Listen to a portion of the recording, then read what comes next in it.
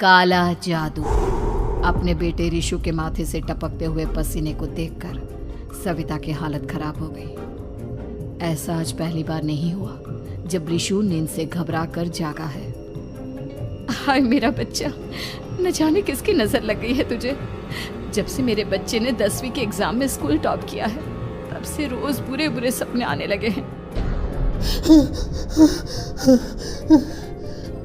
हाँ माँ, मैंने आज फिर से एक काले साए को देखा। वो यहीं मेरी आंखों के सामने खड़ा था। माँ मुझे बचा लो माँ। वो मुझसे कह रहा था कि मुझसे बदला लेगा। माँ कहीं ये प्रशांत। चुप कर, कैसी बात कर रहा है? दोबारा उसका नाम मत लेना। तुझे पता है ना, उस प्रशांत ने आत्महत्या कर ली, तो बार बार उसका नाम मत लिया कर। मम्मी, क्या सच में प्रशांत ने आत्महत्या की थी? चुप कर, बहुत सवाल पूछता है आजकल। और फिर रात के वक्त सविता के पूरे घर में एक अजीब सा काला धुआं छाने लगा।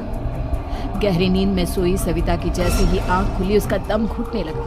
वो दौड़कर ऋषु के रूम की तरफ गई जहां उसके दरवाजे पर घूमती एक काली परछाई देख वो बुरी तरह से घबरा गई। कौन है वहाँ? कौन है?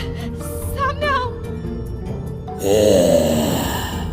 ये मैं हूँ, तुम्हारी काली करतूत।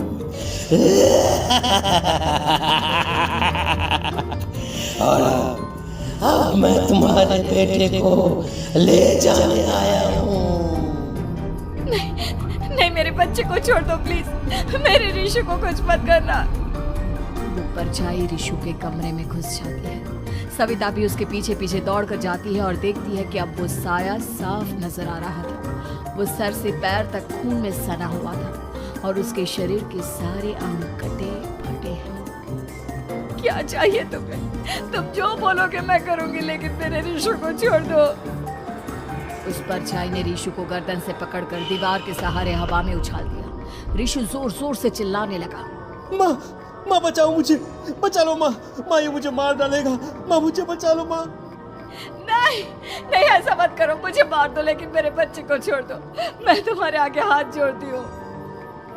वो परछाई ऋषु को जमीन पर गिरा देती है और अचानक वहां से गायब हो जाती है। ऋषु, मेरा बच्चा, तू ठीक तो है ना? कुछ बोल बेटा, क्या हुआ है तुझे? मैं ठीक हूँ माँ। क्या हुआ था यहाँ पर? कुछ नहीं बेटा, कुछ नहीं। तू परेशान मत हो। हम कल ही गांव के बाहर जो तांत्रिक महाराज रहते हैं उनके पास चलेंगे। ठीक है माँ, हम जल्द ही उनके पास चलेंगे। मुझे बहुत डर लग रहा है माँ। ये बार बार मुझे डरावने सपने आना, ये सब हमारे साथ क्यों हो रहा है माँ? अगले दिन सविता अपने बेटे ऋषु को लेकर गांव के बाहर तांत्रिक के पास जाती है। जिस जगह पर तांत्रिक रहा करता था वो जगह बहुत डरावनी थी। चारों तरफ कंकाल और भूतियां नजर आ रही थी। गांव से दूर वीराने में उस जगह पर जोर से आंधी चल रही थी। ऋषु ने डर कर अपनी माँ का हाथ पकड़ लिया। माँ मुझे बहुत डर लग रहा है। ये कैसी जगह है? देख बेटा, हमारे साथ जो कुछ भी हो रहा है उसका इलाज सिर्फ और सिर्फ ये तांत्रिक महाराज ही बता सकते हैं। अब यही है जो हमें प्रॉब्लम से बाहर निकाल सकते हैं। जैसे ही सविता और ऋषु तांत्रिक की झोपड़ी के अंदर पहुंचे, वहां का नजारा देखकर उनकी आंखें फटी की फटी रह गई। तांत्रिक की झोपड़ी के अंदर कई सारे लोग अपनी गर्दन घुमा घुमा कर जोर जोर से चीख रहे थे। कौन हो तुम और यहाँ क्यों आई हो? महाराज, मेरे बेटे को कुछ दिनों से एक डरावनी काली परछाई नजर आती है और कल रात उसने मेरे बेटे पर हमला भी कर दिया।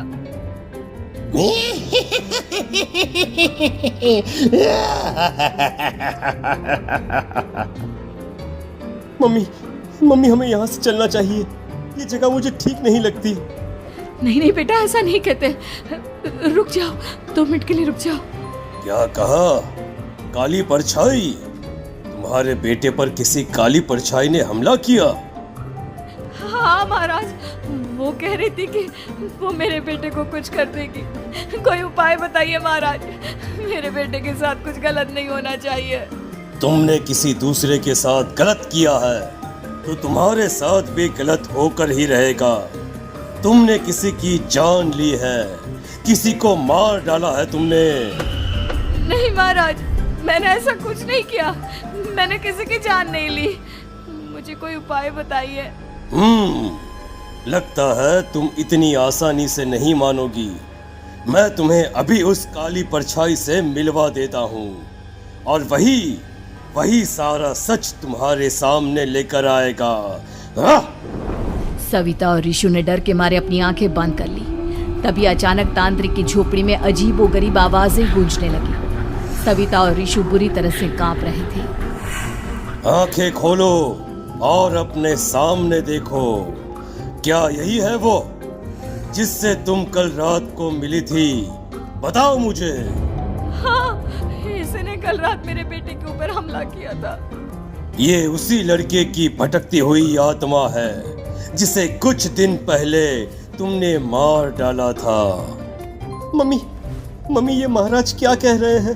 क्या सच में आपने किसी की जान ली है, किसी को मार डाला है? अगर हाँ तो बताइए ना मम्मी, किसको मारा है आपने? किसको? तुम्हारी माँ इतनी आसानी से सच नहीं बताएगी बेटा।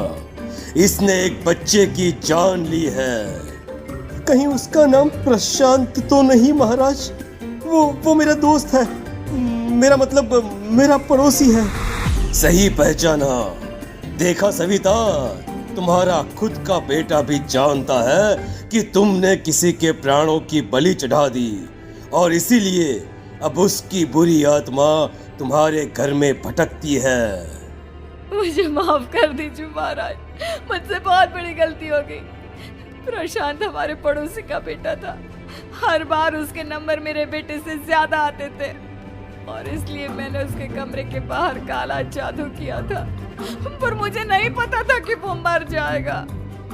तुम्हारे उसी काले जादू वाली गुड़िया के अंदर एक बुरी आत्मा थी जिसने उस बच्चे के दिमाग पर बुरा असर कर दिया और उसी की वजह से उस लड़के ने अपनी बालकनी से कूदकर आत्महत्या कर ली। इसकी वजह सिर्फ और सिर्फ तुम हो, तुम। नहीं महाराज, जो कुछ भी हुआ मुझे नहीं पता था कि प्रशांत अपनी जान दे देगा। प्रशांत की आत्मा इस वक्त तुम्हारे सामने खड़ी है, हमसे बात करना चाहती है। बोलो क्या कहना चाहते हो? मैं जीना चाहता था, बड़ा होकर कुछ बनना चाहता था। आपके बेटे से मुझे कोई परेशानी नहीं थी। अरे वो तो मेरा अच्छा दोस्त था।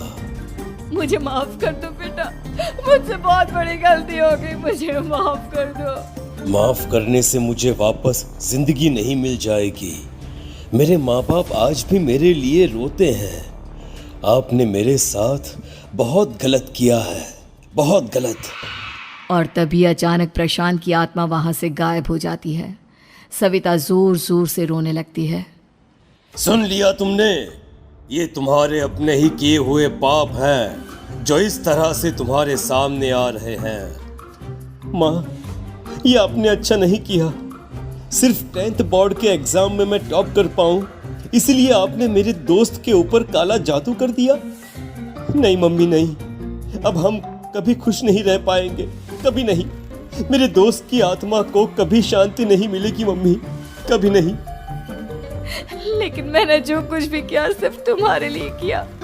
वो लड़का हमेशा फर्स्ट पोजीशन पर आ जाता था और इस वजह से हमेशा तुम्हारे मार्क्स कम पड़ते थे। मैंने तो सिर्फ उस पर एक छोटा सा काला जादू किया था बेटा। मुझे क्या पता था कि उसका ये नतीजा निकलेगा। जिस गुड़िया को तुमने उस लड़के के कमरे के दरवाजे पर लगाया था, दरअसल उसके अंदर एक बुरी आत्मा का प्रवेश हो गया था, जैसा कि अक्सर काला जादू करते समय हो जाता है। मुझे अपनी गलती का एहसास हो गया है। मैं प्रायश्चित करना चाहती हूँ, आप बताइए मैं क्या करूँ? प्रशांत के घर जाकर उस काली गुड़िया को वहां से निकालकर यहाँ लेकर आओ। मैं उसे आग में जलाकर राख कर दूंगा और उसके बाद प्रशांत की आत्मा को हमेशा के लिए मुक्ति मिल जाएगी। अगली रात सविता चुपचाप अपने पड़ोसी प्रशांत के घर जाती है। प्रशांत के माँ बाप प्रशांत की मौत के बाद उस घर को छोड़कर हमेशा के लिए वहां से चले गए थे। जैसे ही सविता उस घर के अंदर कदम रखती है, उसका सामना अजीबोगरीब हैवानियत से भरी आवाजों से होने लगता है। ऐसा लग रहा था जैसे कोई बुरी तरह से चीख रहा हो। सविता जैसे ही प्रशांत के कमरे के बाहर पहुंचती है, वहां पर लटकी हुई गुड़िया के शरीर से खून टपकने लगता है। ये क्या हो रहा है? इस गुड़िया के शरीर से खून क्यों टपक रहा है? सविता हिम्मत करते हुए उस गुड़िया को वहां से उतारने की कोशिश करती है, लेकिन तभी अचानक से बहुत भयानक दिखने वाली औरत उसकी आंखों के सामने आकर खड़ी हो जाती है। मैं यहाँ से कहीं नहीं जाऊंगी, और अगर तूने मुझे यहाँ से हटाने की कोशिश की तो मार डालूंगी मैं तुझे। नहीं नहीं, मुझे तुम्हें यहाँ से ले जाना ही होगा, नहीं तो मेरा बेटा, उसकी जान को खतरा है। मैं तुम्हें नहीं छोड़ सकती। अगर तुम्हारे अंदर हिम्मत है तो मुझे इस घर से बाहर ले जाकर दिखाओ। और ऐसा कहकर वो औरत सविता के ऊपर हमला कर देती है और उसे हवा में उछाल उछाल कर जमीन पर पटकती है। लेकिन तभी अचानक मौका देखकर सविता अपने हाथ में ली हुई सुई उसके हाथ में चुभो देती है। हाथ में सुई लगते ही वो औरत जमीन पर तड़पने लगती है। ये क्या किया तूने? ये क्या कर दिया? तुझे ऐसा नहीं करना चाहिए था। तांत्रिक ने मुझे कहा था कि तुझसे जीतने का सिर्फ यही एक तरीका है जिससे मैं अपने पापों का प्रायश्चित कर सकती हूँ और अपने बेटे की जान बचा सकती हूँ। और उसके बाद वो डरावनी दिखने वाली औरत एक छोटी सी जादुई गुड़िया में तब्दील हो गई और सविता ने उसे ले जाकर तांत्रिक को दे दिया। तांत्रिक ने जादुई गुड़िया को आग के हवाले कर दिया